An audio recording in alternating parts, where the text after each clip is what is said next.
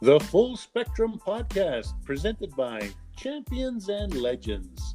Champions and Legends produces hemp-derived CBD sports supplements for athletic preparation, performance, and recovery.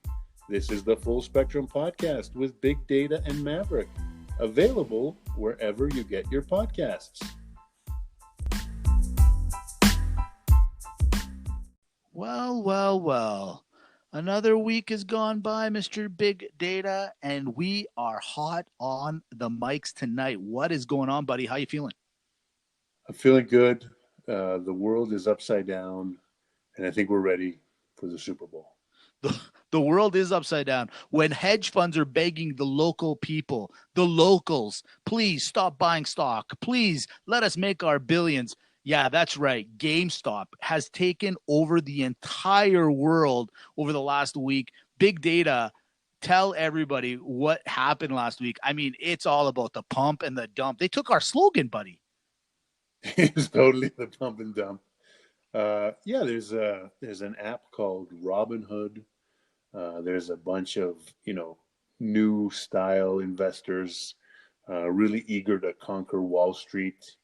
They had their own Reddit group called Wall Street Bets, and they noticed, hey, lots of these hedge funds are betting against GameStop. Why don't we get together and put some pressure on these guys who are shorting the market for this stock, and we'll see what happens. And they upended the entire market. They found holes in how Robinhood worked. They found how the hedge funds get some preferential treatment. A lot of them made a lot of money. And essentially, they turned the whole thing upside down. Weirdest thing is, this is one thing the Simpsons, I don't think they predicted it.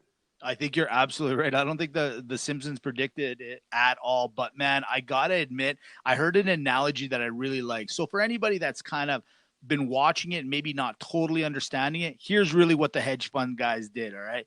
They basically were down with 1 minute left in the game, and they went to the referee and said, hey, I know we're out of timeouts. It looks like we're about to lose, but put another 10 minutes on the clock and we'll be okay. They changed the rules mid-game, and I just love, and I know the CEO is going to hate this, but I'm sorry, CEO.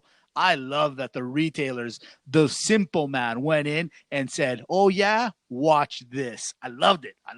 Don't tell the CEO, though. Don't tell him. For sure. And, some serious implications for sports. The new owner of the Mets, Steve Cohen, was heavily involved. I don't know how much money he specifically lost, but he helped out some of his buddies that were losing a lot of money. And then, Michael Jordan's new minority owners seem to be some of the main guys affected. I know the Carolina Panthers owner, the Milwaukee Bucks owners, they're big hedge funds guys. I didn't see their name involved, but they could have had some ties to it as well. So, in the billionaire world, which is, sports owners, this is going to be the biggest topic for like the next 20 years.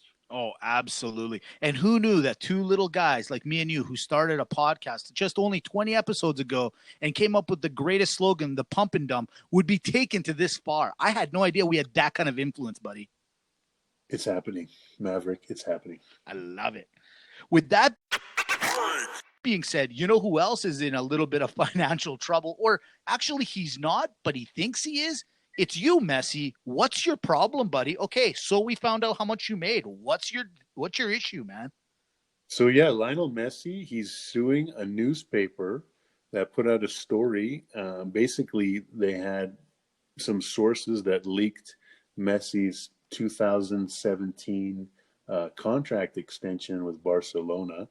He got a 4-year deal, and get this, with all the bonuses included. Right. The deal came out to be $674 million US. What?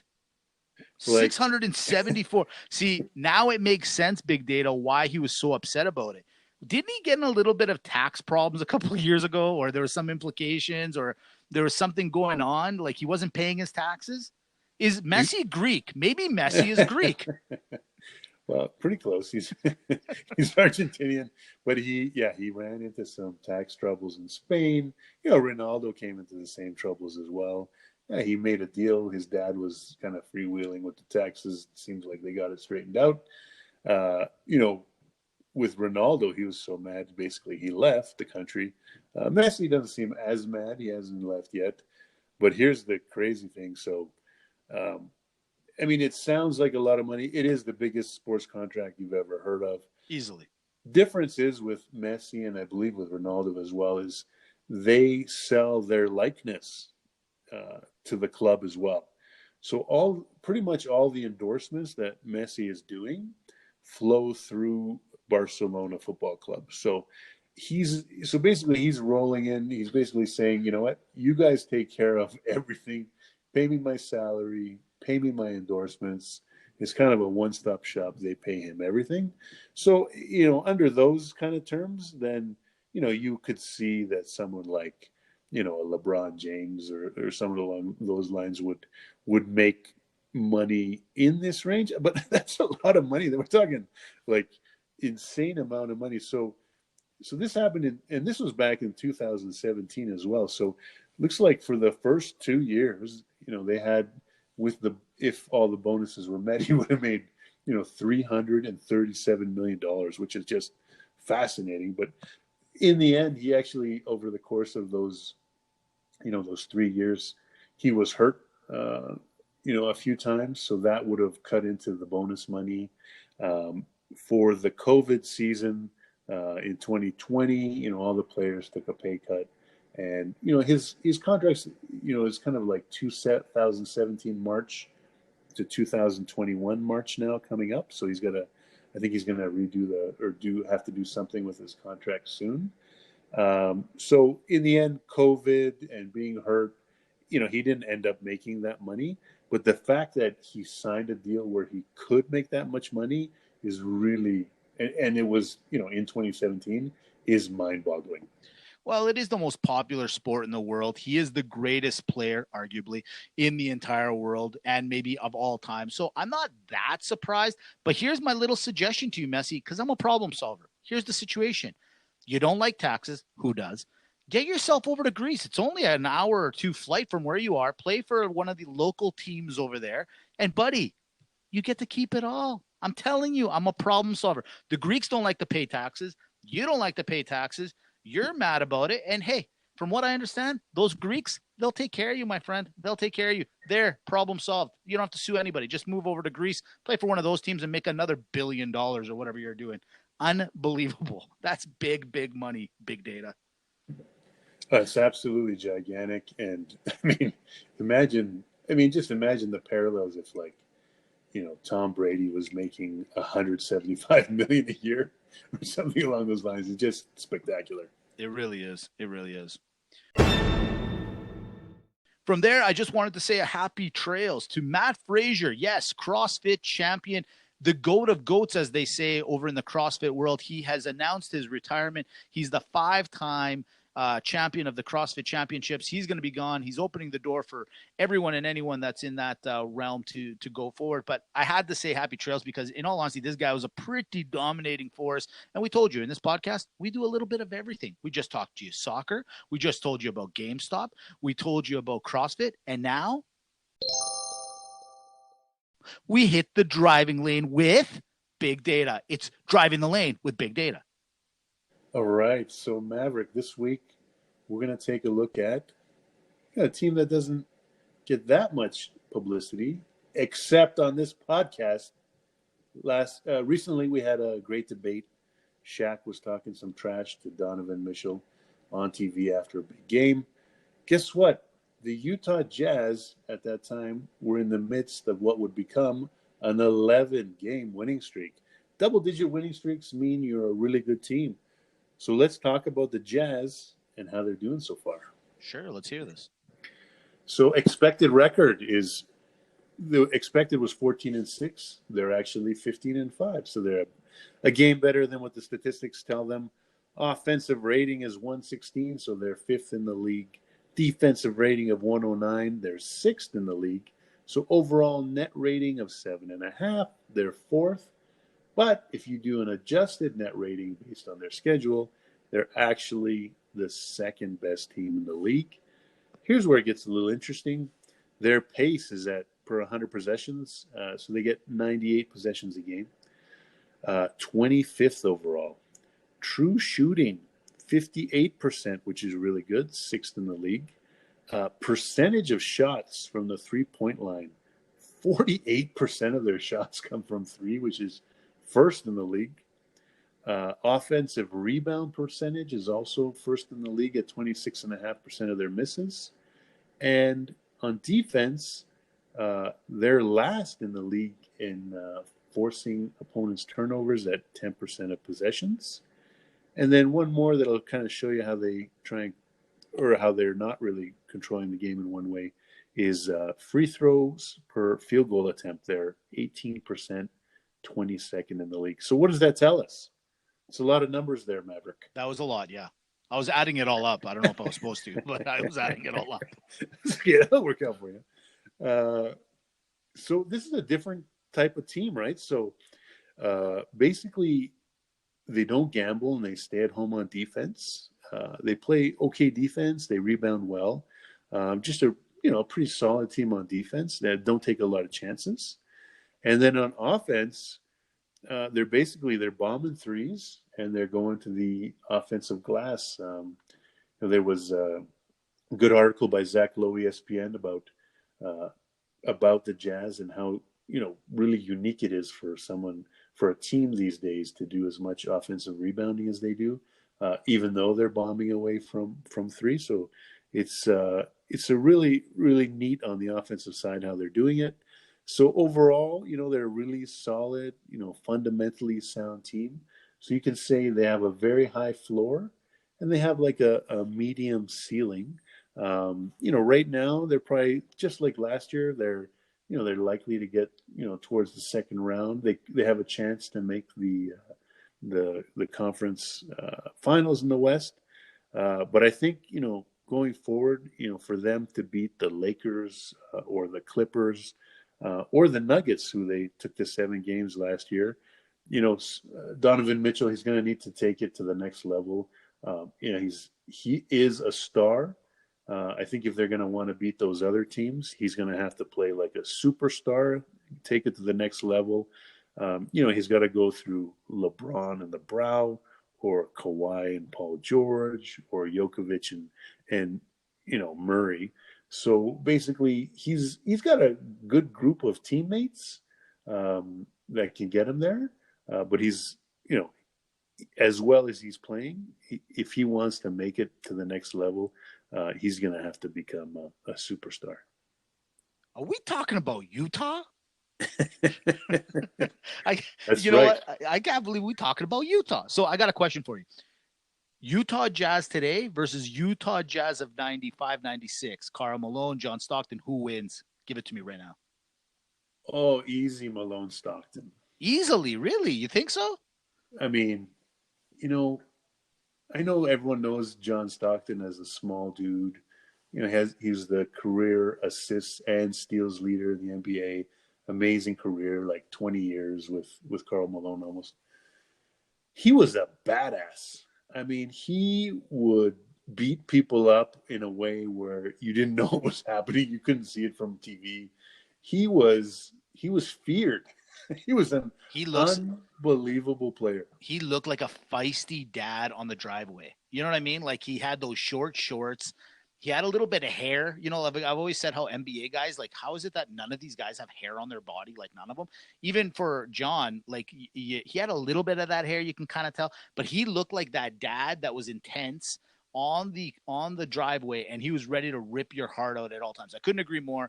I think you're right. I think the 95, 96, and Karl Malone is just a machine. Like that dude was big. That guy was lifting weights and had a beautiful touch. Like it just didn't make any sense how he would shoot the ball. And what is he, the second all-time leading scorer in NBA history?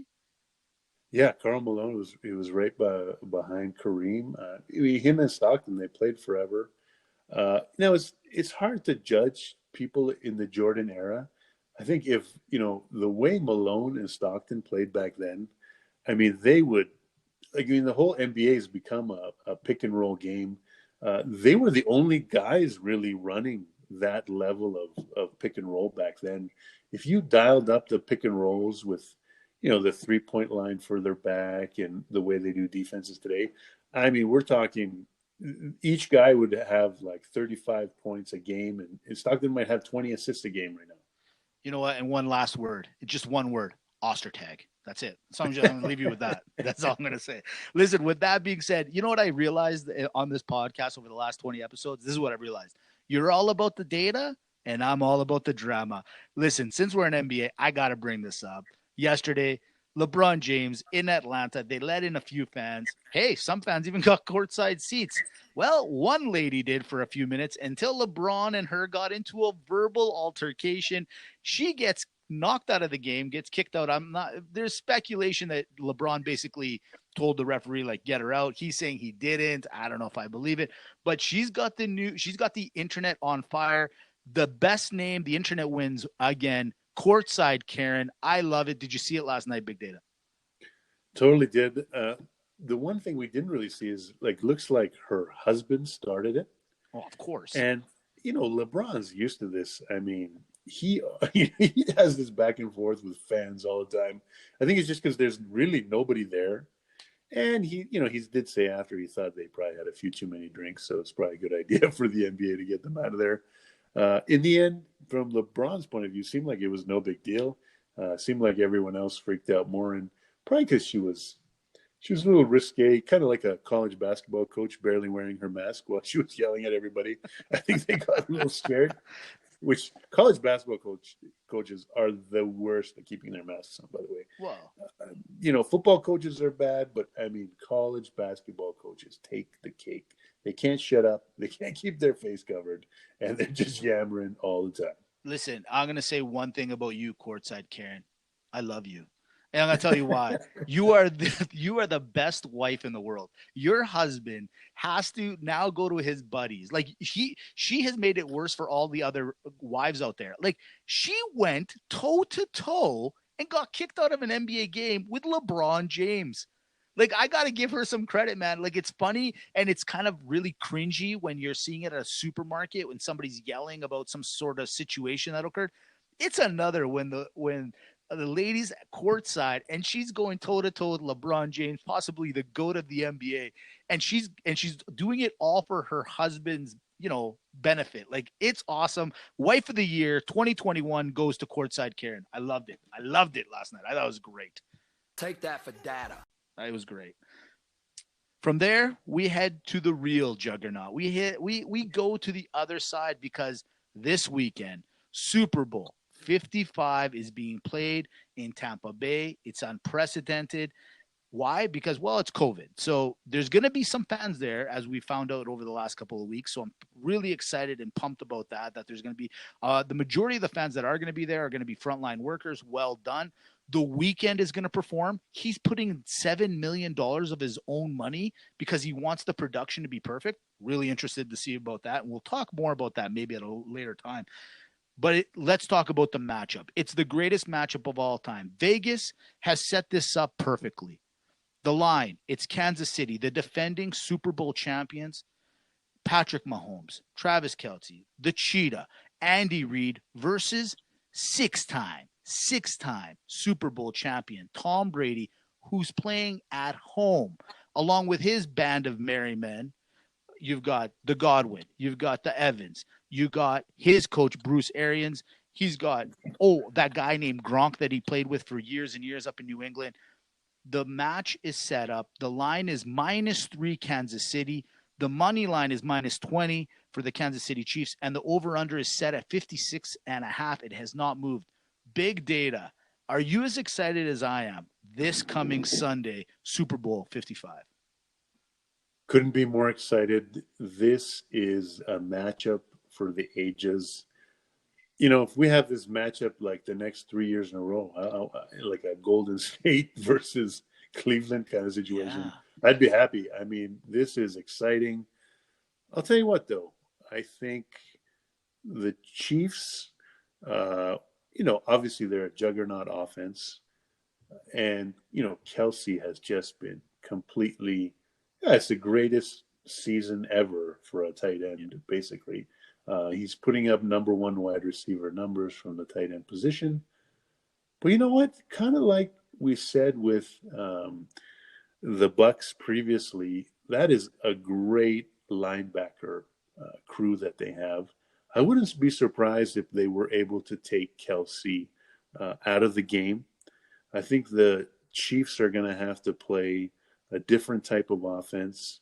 I still think the long bomb with the cheetah is going to be there for them. I don't know that the Bucks have anyone that can stay with him. They'll have some wrinkles, especially with 2 weeks off, uh, with their crazy underhand behind the back. Who knows what kind of passes they're going to do this week coming up. But I do also think the Chiefs are going to have a serious issue. Left tackle Eric Fisher. Believe he blew his Achilles, so he's done. So they're going to have a new left tackle. And the Bucks, they've got JPP, they've got Barrett, they've got a pretty decent pass rush. So I think Mahomes is going to be under a little more duress than usual. I think the Bucks offense will be able to score against the Chiefs. And I know you're thinking, well, okay, Big Data's looking like he's going to pick the Bucks at home. But no, I will not. What? I'm going to say. You sure look like you're leaning that way. Having said all of that, it's the Kansas City Chiefs. They're essentially like the 1920s New York Yankees right now. I'm going to say on the road, 37-31 Chiefs. Great score. I love it. So the over is going to hit. I like that. Okay, let me see here. Listen, man, everything you said is exactly what probably everyone across North America that watches NFL and knows anything about the NFL is saying. Everything you said is exactly it. But I have to, it's my nostalgia. You know how I am. I've been this guy for years. I bet with my heart. I should use my head more. But here, I want to give a quick little rundown. Of everything you said, the one thing you left out was what I think is essential in this Super Bowl is who's going to be able to create a run game. Who can, I'm not saying that they're going to utilize it. I'm not saying that it's going to be essential, but who can scare the other team slightly on a play action? Because as of right now, this is just simply going to be like pass, pass, pass on both sides. And rightfully so, with all the weapons that both teams have on the wide receiver and tight end positions, it makes all the sense in the world to go that way. However, if you had to say, okay, you take your running backs and I'll take mine and let's play one-on-one and just running the ball, who would win, Big Data? Who do you like there? Because I think Tampa Bay has the slight edge there. And going back to what you said, Kansas City has lost two key components to their offensive line. Both sides of the line are hurt and will not be in this game. I think that's the unspoken situation here. I think that's a bigger play than anyone. I mean, the offensive line, any coach will tell you, that is huge. The games are won in the trenches, as they say. And I think when you got your two tackles on either side, not at 100% and one completely out, that's a big thing. And I'm going to side with the Tampa Bay Buccaneers and their run game to be that slight, call it half sharp point that I feel like I think that's why Tampa Bay might be able to pull this off, man. This is something that they have that they could use. I don't know if they're going to, but I think they could. What are your thoughts on that? I would agree with you in a normal situation, but we're talking about Bruce Arians here. There's no way that he's going to show up in the Super Bowl and be dedicated to the run. He's thinking long balls to Evans and Godwin. Actually, did you hear is our formerly favorite receiver Antonio Brown? Is he gonna suit up for Antonio this game? sounds like he's okay. I think he is gonna suit up, but it's still they're playing it. They're holding their cards close to their chest. It's gonna be a game time decision as of last I heard. But anytime I hear that, unless it's like the guy's patella is dislocated from his body, he's gonna play in this game. And even if he doesn't, I mean, you saw that long bomb. Brady's been spreading it around to the other receivers as well. So I don't think it's an issue for Tom. I really think they're just going to run just to keep people honest. I don't think they're going to try and limit the possessions in the game the way, other teams have tried to do to the Chiefs in the past. I think they're going to be gunslingers. I think they're going to think to themselves, that the way we got here is the way we're going to play. I just can't see Arians changing his stripes, especially, when everything's on the line in the Super Bowl. So I think it's a shootout. I don't think anyone has any illusions they're going to run.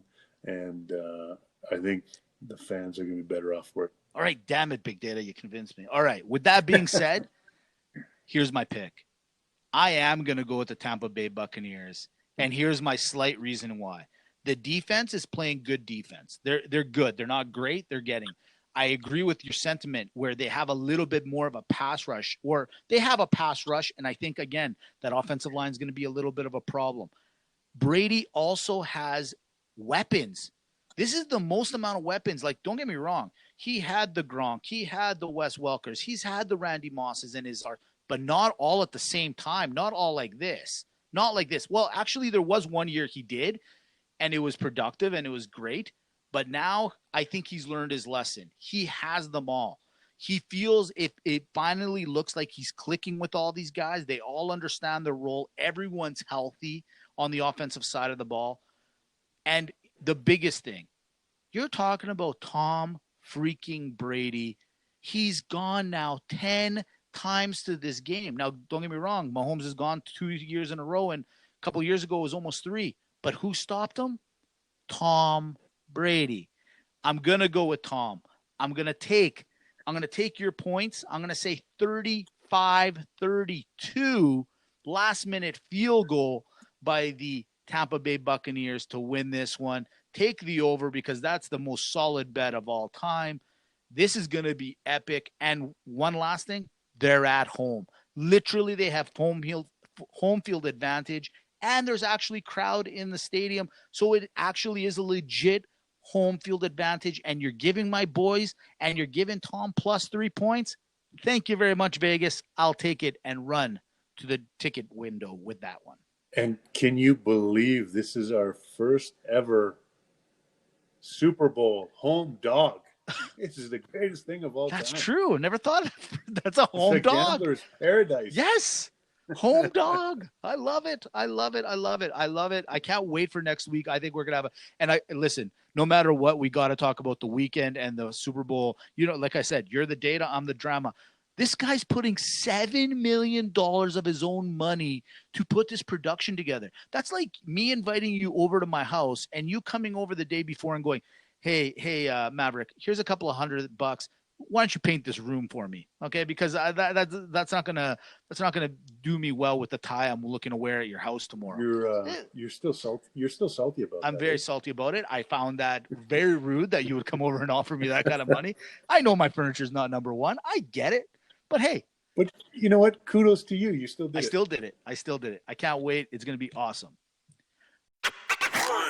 From there, we head to the great debate. This is, you know what? Look, Courtside Karen took over the internet, and so has the great debate. People are telling me all the time, hey, man, me and my buddy, we were talking on Zoom the other day, having a couple of drinks, and I brought up the topic that you guys had last week, and we are not friends anymore. That's how, this is what this great debate can do. It can break up long-lasting friendships, and I'm proud of that.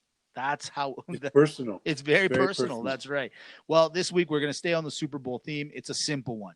Will Patrick Mahomes be able to ever catch up to Tom Brady with Super Bowl wins? Big Data, that was your question. I loved it.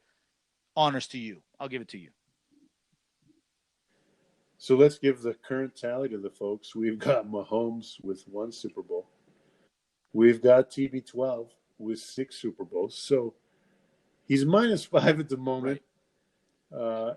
There's going to be a big swing, obviously, on Sunday. I'm going to come out and say no. Mahomes will not catch Tom. Here's why. First of all, you just wonder how much longer will Andy Reid coach? That's a good point. If he gets a couple more Super Bowls in him, he might just open like a barbecue shop in Kansas City, retire and just eat barbecue every day and make barbecue every day.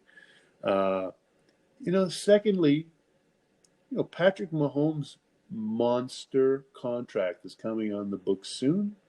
It's going to gut the depth of their team. And, how is that going to play? I'm sure they're going to keep their investment in the offense, but at some point, the defense is really going to suffer with, the funds being directed towards Mahomes in the offense. And then, thirdly, how long can we count on the cheetah not to mess up and get booted out of the league or suspended or something along those lines? He's been behaved. He's been a good boy. Right? He's been a good boy. But it's always circulating there. So, for them to remain this dominant, they're going to have to draft really well, be really tight with all their contracts. Right now, the other year they threw huge money at Sammy Watkins and they never even used the guy. I think they've got a lot of folks. Eric Fisher has a huge contract extension coming up too, and there's a lot of stuff going on there where money is gonna squeeze them. So I'm gonna say I still think Mahomes is gonna get to 5, but Brady could get to 7 or 8. I can't believe you actually think he's gonna have 5. The simple answer to this, and I was gonna just say it like this, is no one's ever gonna catch this. This is uncharted territory. And for everything you said, like you took my cue where I was gonna say, Patrick's contract really hasn't taken full effect yet. And, in a couple of years, and in the way this NFL is, it's just not going to happen. He won't have the arsenal around him. And you're right. Andy Reid's not going to be around forever. So the answer to the question, if this tally gets to 7-1, there's no way anybody's ever catching it. If it ends up, let's say 6-2 by the end of this Sunday, he still won't catch it. 6 Super Bowls, you guys. The guy's had to go 10 times to get his 6. Like, it's still an unbelievable feat. It'll never happen. I'm sorry. It's just not going to happen. However, I will make this question a little easier. Will he beat out, let's say, Joe Montana? Will he be second in line? There is nobody better to represent that number than Patrick Mahomes right now. He probably will get himself 4 or 5. I'll give you that. But no way is he ever catching Tom. That's not going to happen. I'm sorry. I got to be real here. This is not going to happen. I hope we don't look really dumb in like 8 years from now. Can you imagine? He wins 8 in a row. That'd be crazy. Hey, you know what? If you can, good on you, but it ain't happening. We talking about Utah? This is not happening, man. It's just not happening. There it is. Big data, big weekend. Looking forward to it. You know what? I'm going to FaceTime you during the Super Bowl. We're going to be best friends during the Super Bowl. Yeah, I've been having some internet issues lately, but we'll Wait a minute. We'll see for sure. All right, there it is. The Full Spectrum, episode 20. Champions and Legends produces hemp-derived CBD sports supplements for athletic preparation, performance, and recovery. If only we could find somebody that go over the Super Bowl with us next week. That would be amazing. That would be great. And someone with a lot of experience. That'd be pretty cool. Yeah, maybe we can find somebody. Yeah, they could just glaze over everything with us and just think about it. Possibly. That'd be cool. Possibly. All right, guys, have a wonderful week. Looking forward to it. It's going to be an epic Super Bowl. Have fun. Take care, everybody.